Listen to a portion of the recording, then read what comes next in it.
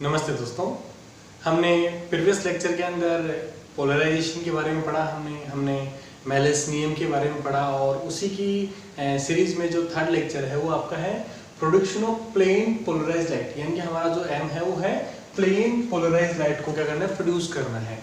Plane polarized light produce करने के आपको मेथड दिखाए गए हैं, काफ़ी मेथड्स होते हैं, 3-4 हैं, लेकिन आज हम इस लेक्चर के अंदर एक मेथड पढ़ेंगे। नंबर 1 मेथड है आपका, जो कि पहला पार्ट है बाय रिफ्लेक्शन मेथड, यानी कि रिफ्लेक्शन के द्वारा जो है वो लाइट को किस प्रकार हम जो है वो पोलराइज कर सकते हैं, वो प्लेन पोलराइज कर सकते हैं लाइट को हम। उसको समझने के लिए यहाँ पर मैंने एक डायग्राम बनाया है, एकदम सिंपल डायग्राम है जिसके अंदर रिफ्लेक्शन दिखाया गया है। यहाँ एक पॉइंट P है जहाँ से एक अनपोलराइज लाइट आ रही है। यहाँ पर देखो दोनों कंपोनेंट है आपका, ठीक है, ये वाला कंपोनेंट भी और ये वाला कंपोनेंट भी है। ये अनपोलराइज लाइट आ रही है, ये कि जिस सरफेस पर ये टकरा रही है वो एक ट्रांसपेरेंट है। ट्रांसपेरेंट मतलब जिससे आप आर पार देख सकते हैं, जैसे कि कोई कांच का वो स्लाइड भी हो सकता है, कोई भी हो, पानी भी हो सकता है। तो इस सरफेस से क्या हो रहा है, इस सरफेस से वो रिफ्लेक्ट हो रही है और थोड़ी सी रिफ्रैक्ट भी हो रही है, यानी कि वो परावर्तित भी हो रही है और वो क्या हो रही है, वो उसके अंदर एंटर भी कर रही है, यानी कि वो रिफ्लेक्शन और रिफ्रैक्शन दोनों दिखा रही है, परावर्तन और अपवर्तन दोनों दिखा रही है। तो आप देखोगे कि जब ये रिफ्लेक्ट हुई है तो वो क्या हो गई, पोलराइज रिफ्लेक्टेड लाइट हो गई। मतलब वो पोलराइज हुई है किसकी वजह से, रिफ्लेक्शन की वजह से। आप देख रहे हो यहाँ पर दोनों कंपोनेंट है, लेकिन यहाँ पर आपका एक कंपोनेंट ही है आपका, क्लियर है, ये वाला कंपोनेंट ही है बस आपका, ठीक है, ये वाला कंपोनेंट नहीं है आपका। और यहाँ जो नीचे वाला जो मीडियम है, जो ट्रांसपेरेंट मीडियम है, वो थोड़ा डेंस है, इसके रेस्पेक्ट में थोड़ा सा डेंस है, जिसको मैं यहाँ पर म्यू, जिसको मैं है उनका रिफ्रैक्टिव इंडेक्स बोल सकता हूँ। इसका रिफ्रैक्टिव इंडेक्स क्या है आपका, म्यू है। जिस पॉइंट पर ये फॉलन हो रही है, जिस पॉइंट पर ये फॉलन हो रही है, उस पॉइंट से मैंने एक अभिलंब बना दिया है, मतलब एक परपेंडिकुलर बना दिया है, जो कि आपका एम और एन परपेंडिकुलर है आपका। और अगर ये रिफ्लेक्ट हो रही है तो क्या होगा, परावर्तन के सारे नियमों की अनुपालना करेगी। इसका मतलब क्या होगा कि दोनों एंगल क्या होंगे, बराबर होंगे, आने वाला एंगल और जाने वाला दोनों एंगल क्या होंगे, बराबर होंगे। ये आपका पूरे डायग्राम का जो है वो पूरा व्यू हुआ। और इसके लिए जो एक स्टेटमेंट आता है वो क्या आता है कि अनपोलराइज्ड लाइट पार्शियली पोलराइज। देखो शब्द समझना कि अनपोलराइज्ड लाइट होती है वो पार्शियली पोलराइज्ड होती है। पार्शियली पोलराइज्ड का मतलब होता है मिक्सर होता है वो, पोलराइज्ड का और अनपोलराइज्ड लाइट का, ठीक है।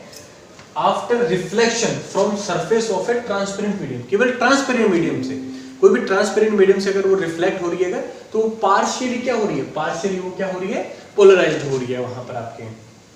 लेकिन हमें क्या चाहिए, हमें तो चाहिए plane polarized, pure plane polarized हमें चाहिए।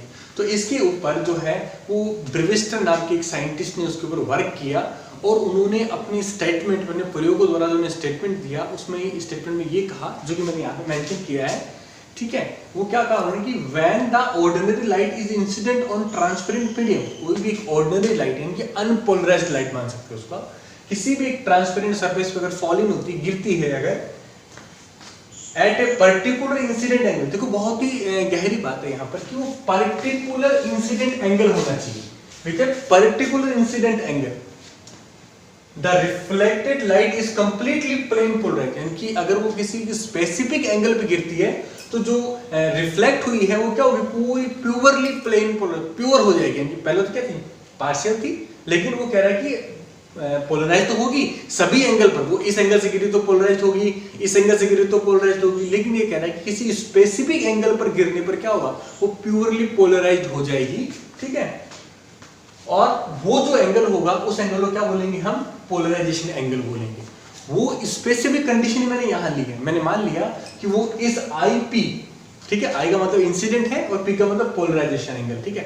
IP जो है कि वो एक स्पेसिफिक पोलराइज जो है वो एक एंगल पे गिर रही है अनपोलराइज्ड लाइट, और क्या हो रही है, प्योरली क्या हो रही है, पोलराइज हो रही है। बाकी एंगल्स पे क्या होगा, वो पोलराइज तो होगी लेकिन वो पार्शियल होगी, मतलब प्योर नहीं होगी, प्योर पोलराइजेशन नहीं होगा। पोलराइजेशन मतलब होता है कोई भी एक कंपोनेंट का लैप्स हो जाना, केवल एक कंपोनेंट ही बचना। देखो यहाँ पे दो कंपोनेंट है आपके, एक तो जो ये मतलब ये पैरेलल वाला और एक आपका परपेंडिकुलर वाला, ठीक है। तो यहाँ परपेंडिकुलर वाला बचा, ठीक है। ये हो गया डायग्राम का, ये हो गया उनके स्टेटमेंट का। अब उनका जो लॉ है, उन्होंने जो एक्सपेरिमेंटली उन्होंने जो लॉ बनाया, वो लॉ क्या था उनका, ब्रिविस्टर लॉ जो है वो क्या था कि the tangent of angle of polarization is equal to reflective index of medium of light used.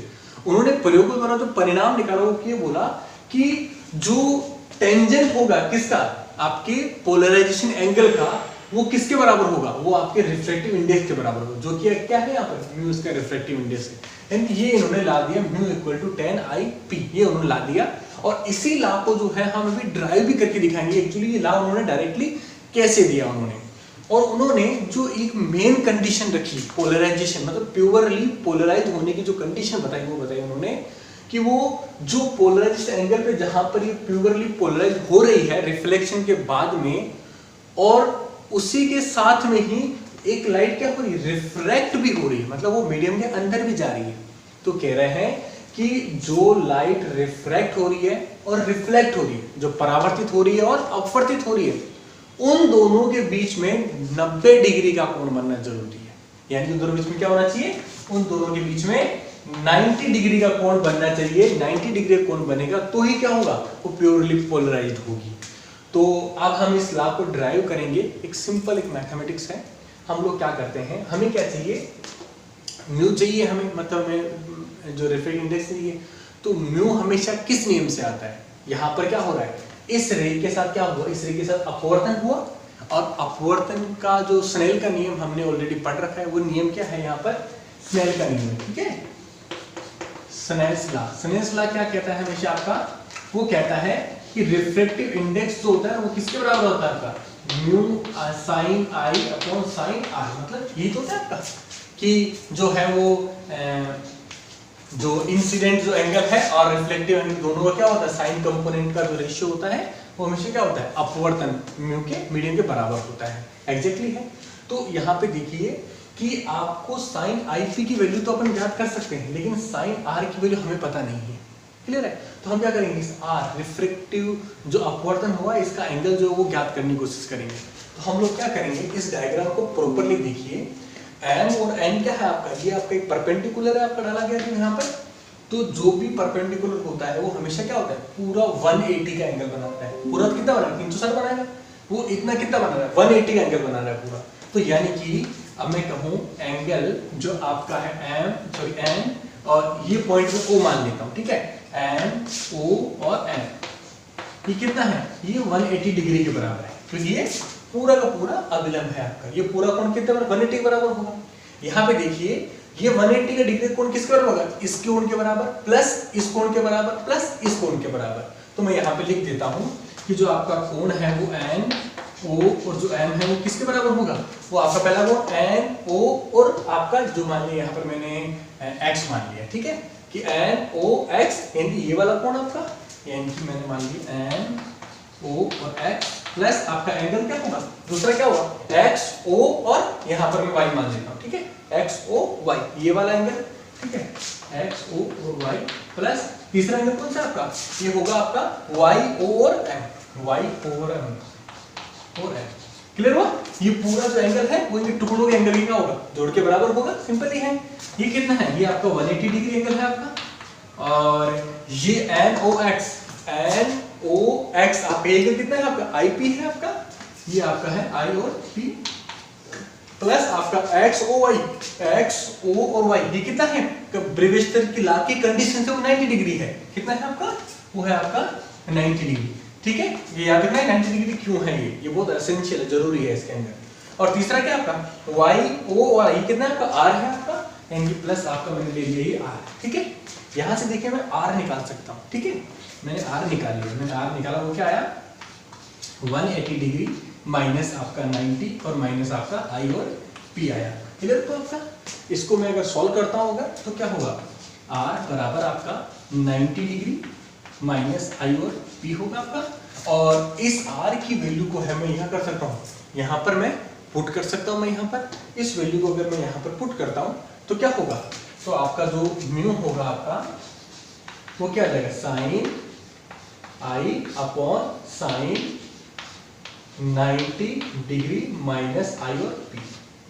Clear हो गया आपका ये हो जाएगा, यानी आर की वैल्यू को मैं यहाँ पुट कर दूंगा अगर, तो क्या हो जाएगा, ये वाला हो जाएगा। और आपको ट्रिग्नोमेट्री का नियम पता होगा कि जो साइन होता है, साइन 90 माइनस आई पी, यानी कि सॉरी माइनस थीटा जो होता है हमेशा cos थीटा के बराबर होता है। क्लियर आपको? ये आपको पता होगा ऑलरेडी, आपको ट्रिग्नोमेट्री में पढ़ा है हमने।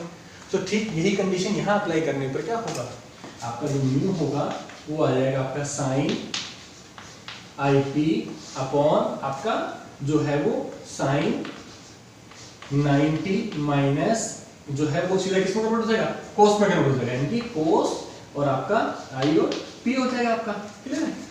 और जो आपका साइन बटा कोस जो होता है वो क्या होता है, आपका tan होता है, और आपका ये म्यू हो जाएगा, तो क्या हो जाएगा आपका, ये हो जाएगा म्यू बराबर आपका tan आई और पी। ये आपका जो है वो ब्रिस्टर जो लॉ आपने यहाँ पढ़ा था उसको हमने यहाँ पर प्रूव करके यहाँ पर शो किया, जो किसके लिए, जो कि प्लेन पोलराइजेशन लाइट के प्रोडक्शन के लिए जो मैथमेटिकल डेरिवेशन ये है आपका। तो हम आने वाले नेक्स्ट लेक्चर के अंदर हम इसके रिफ्रैक्शन के मेथड के बारे में पढ़ेंगे, और कमिंग लेक्चर में हम और भी मेथड्स हैं उनके बारे में पढ़ेंगे। Thank you.